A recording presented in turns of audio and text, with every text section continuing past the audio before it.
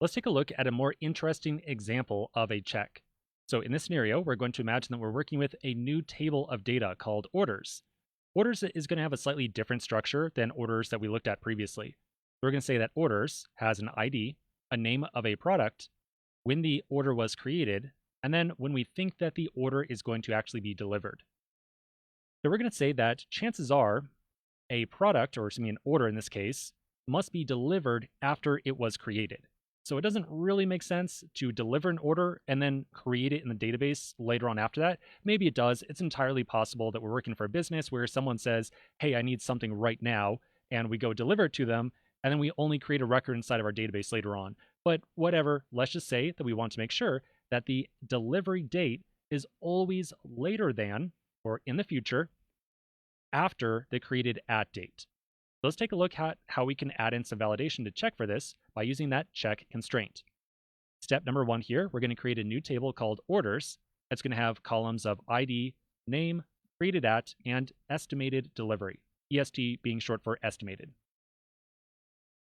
Okay, so back inside of my query tool, I'm going to create a table called orders. I will give it a ID column. That's a serial primary key. I'll then add in a name column. We'll say varchar 40, good enough.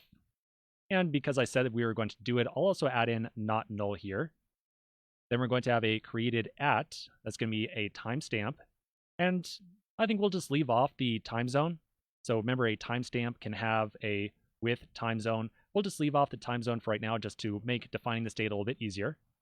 We'll say this cannot be null. And how about estimated delivery is also going to be a timestamp, not null. Then finally, we need to actually add in a check here. So to add in a check that's going to work over more than one column, we do not add it on the same line of the column as the column.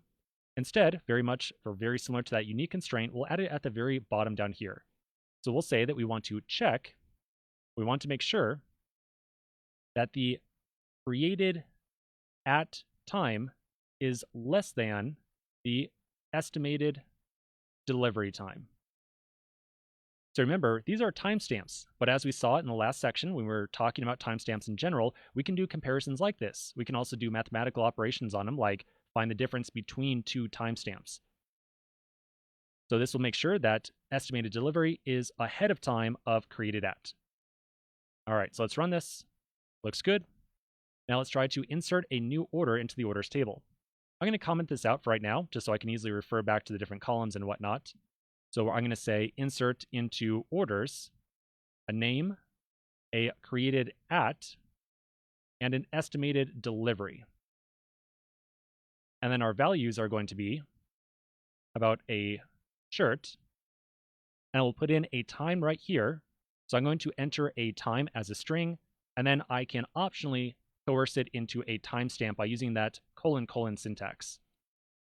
So I'll put in here, how about something like 2000, the year 2000, November 20th, once again, I'll say about 1 a.m. And then our estimated delivery time will be 2000, November 25th. So that is definitely in the future for right now, 0100 a.m. Okay, let's put this in. Okay, it looks like that worked. And that worked because our created at time was before the estimated delivery.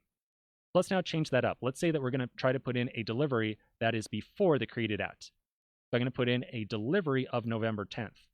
That means that we delivered the product, and then only 20 or 10 days later did we actually try to add it into our database, which we're saying in this case doesn't make any sense. So I'll run that, and sure enough, there we go. So we failed our check over more than one column here because our estimated delivery is a date before the created at time. All right, well, this was a fun little example that not only made use of a check over more than one column, but it was also using a date as opposed to something a little bit more plain like just a normal number. Now, we are doing a check here that's making use of multiple columns inside of one row. Just a reminder, we can only make use of columns inside the check statement inside the row that we are trying to insert. So we could not try to do some kind of check here that was looking at some other value or some other row inside of our orders table. Only the one we are currently operating on.